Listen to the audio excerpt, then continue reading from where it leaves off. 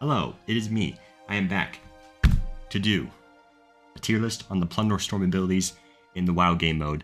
I've only played like a few hours of the game mode collectively. I got to like Renown 20. That's basically it. My opinions is irrelevant, and but it seemed like a fun thing to do. Also, this is not a professional video, so I'm not going to be posting like live video of the abilities as an example while I'm rating them. We're not professional here. Anyways, let's begin. Earthbreaker. It's okay if you can bait someone in with it, like they go in on you and then you Earthbreaker, and they've all used their mobility. It can hit good it'll do some good CC, big knockback. In duos, if you can get someone to stun someone, you can follow up with an Earthbreaker. They're probably just dead. Obviously, the main problem is you can only really use it as a bait or like bait tool, like when someone's already set up. But the cast time's just so long that people can basically just walk out of it if they're paying attention. Which sometimes I'm not, but you know how it is. Slicing Winds. Probably my least... As far as the mobility tools go, Slicing Winds I don't care for too much. Its main benefit is, of course, you can have this mobility alongside your other mobility slots. So if you just want to be a pure mobile powerhouse with like Ryme and nothing else and just poke people, then you can do that and it can work. Because of that, it's B tier. It's just the fact that in some situations where you're having to charge it, it can be bad. Especially like the late game, in the extreme late game, like the final circle, I don't think Slicing Winds is very good. Because you just can't really use it. It doesn't have much of a purpose aside from running away or chasing. But still nice to have. Void Star. This thing is good at clearing trash. That's what the spell is used for. I wouldn't say it's like D tier necessarily, because if you get it early and there's no one else around you, it's actually like the best spell in the game just because it you can pull like everything and just destroy it so quickly with this. But you can also destroy everything really quick with like Earthbreaker, Fire Swirl, Storm Archon, like. So its niche isn't really that important. And of course, it's very hard to pick players with this unless you get very specific like setups. So not good, but it's not. It has a purpose at least. Let's go and do these these spells down here now. Storm Archon. As far as poking spells are concerned, it's okay. It's probably the most decent spell in the game. It's not bad. It's not very good either. It's just okay. Even as a poking spell, its range just isn't that great. Its damage is just decent. Doesn't really particularly do anything good. It does damage and nothing else at a medium range. Not a super quick cast time either. It's okay. It's Storm Archon. Let's do Fire Swirl. Fire Swirl is also like B tier. Used to be amazing, got nerfed, now it's just pretty good. Obviously, its main problem is if someone runs away from you, you're kind of just like, you can't cancel out of it early, I don't think anyway. You're just kind of stuck there swirling with the fire, and yeah, it just gets countered very easily by any mobility move, which a lot of the melee moves have that problem, but Fire Swirl, because it stays active, but it at least has the benefit of being, it could be used to run away as well, and if you can engage on someone with it, it does do very good damage, so yeah, there's that. Toxic Mackerel. I used to think this is D, now I'll put in like C, maybe even B, just because if you have like a full-on melee build that's just involving like hitting someone with this over and over, it can be good. I do think melee builds just in general have the problem of being pretty not great in a lot of situations until like the very final circle where it's easier to hit people with them. Or like the final stages which you hit people with them, or someone just doesn't have mobility. Main problem with this, as soon as someone gets hit by it, they're just going to run away from you in all likelihood is to not get multiple applications of it. So that's kind of the problem with it.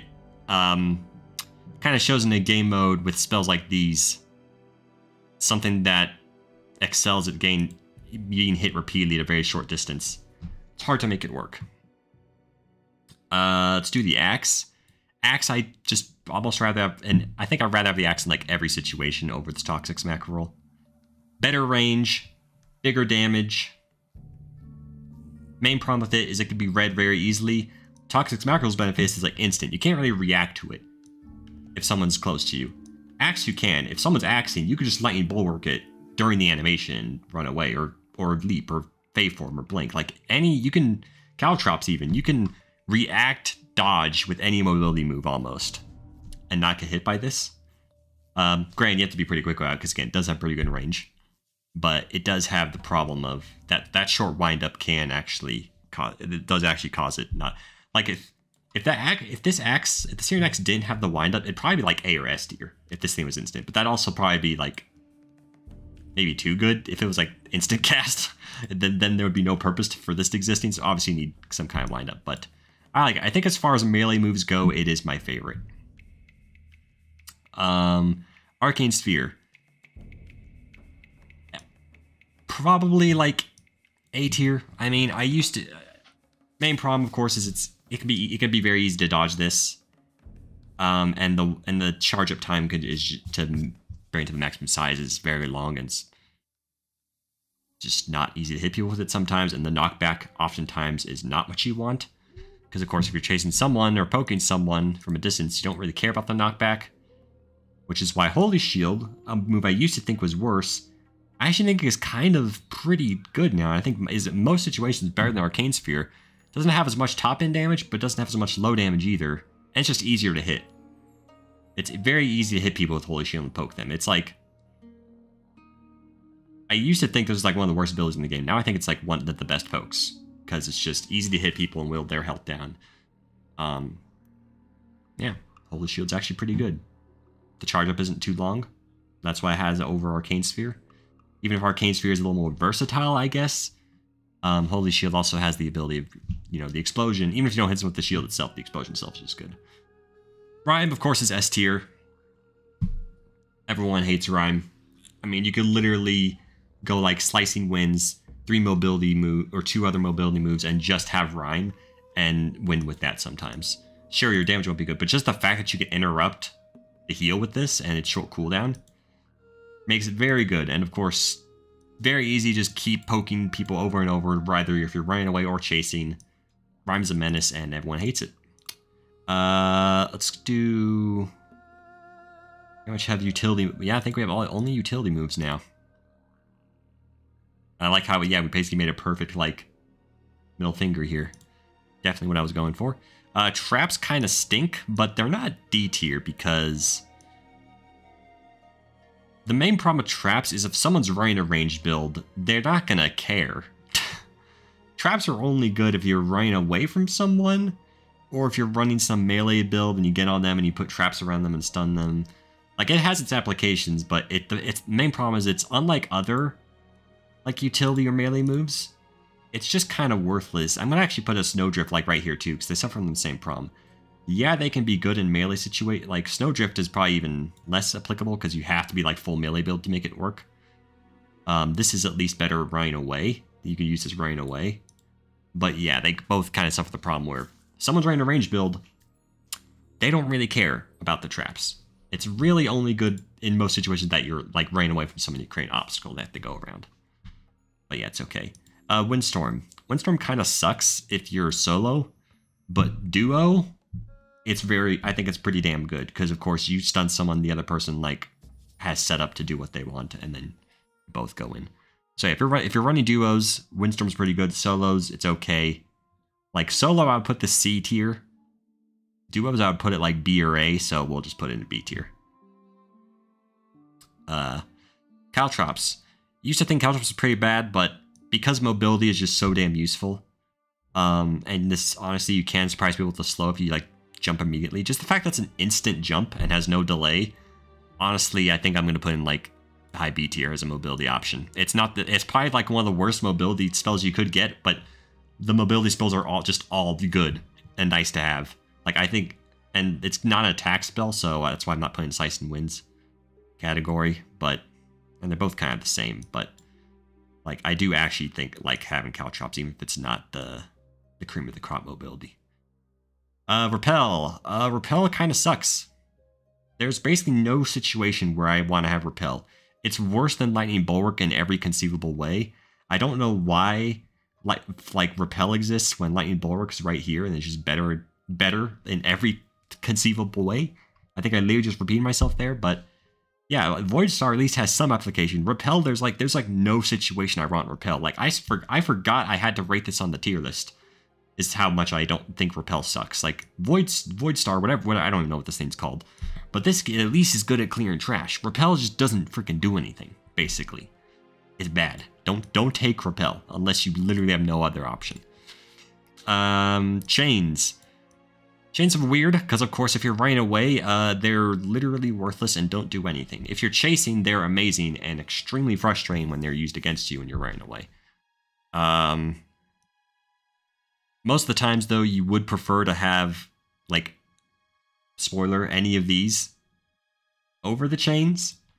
But because of the niche applications chains does have is very, very useful, I'll put it like A tier. I guess. Mostly because I'm trying to spread the tiers out a little bit. I don't know. Lion Bulwark is S tier. Probably the best utility spell overall. It's probably too strong, but I mean I actually like it because it's actually like pretty skill based, and you can bait it, you can play around it sometimes.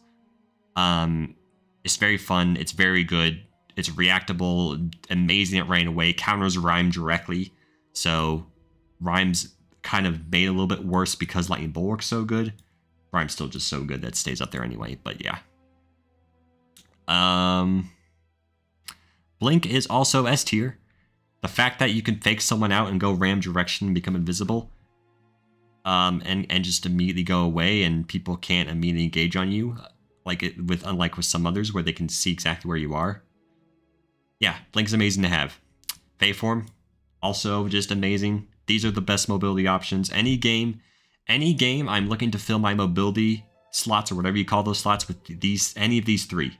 These are what I'm looking for every time. Faeform, Shadow, whatever it's called, the Lightning Bulwark. Just give me these. Thank you. Faeform, obviously, of course, breaks CC as well, which is amazing. And Blink has the unique app. Blink is better if you're trying to, like, run away or sneakily engage on someone. Faeform can just straight up save you as well. They're both amazing. They're both amazing. This leap thing, I don't know what it's called, is okay. It's very awkward to use, because I feel like it feels like you can't control when it lands, but you kind of can. It's like the way this ability works is weird. If you can control where you landed more easily, this would probably be S tier as well. But I'm just gonna put it in A tier because it's just a leap. And yeah, S tier's got kind of fun at the end there. Ryme's the only ability I put in S tier. I can't really justify putting Holy Shield because, yeah, it's a pretty good poke, but it's a very good poke, but it's not good enough to be S tier. It is very good. Same with Arcane Sphere.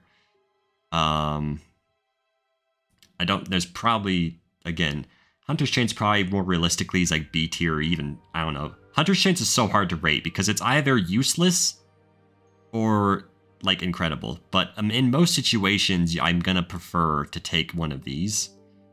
Unless I'm running a hardcore melee build. That's my favorite build to run in the game, is just like a full-on, like Hunter's Chain, Searing Axe, Snowdrift, like full-on melee build. The problem with that is you have no mobility if you do something like that. And of course, if you're running away, Hunter's Chain is actively useless. So I think there's too many downsides where I can't realistically put Hunter's Chains in A tier. And I'm going to put Searing Axe in A tier just because I like it. And in terms of the melee abilities, it's probably the best one. Well, I don't know, but you can react to it. I don't know. You know what? I like Searing Axe, so I'm putting it in A tier because I like it. C tier looks right. D tier definitely looks right. B tier looks right. Let's move like that up just because, again, it's a mobility option. I don't know if I can realistically, like, leap at least you can engage on, though, or run away. The Caltrops is not so much. That's fine. That's my tier list. I still got a middle finger somehow, but look how perfectly spread out this tier list is now. It's beautiful. It's perfect. It's magnificent. Have a good one. I'll see you in a couple months.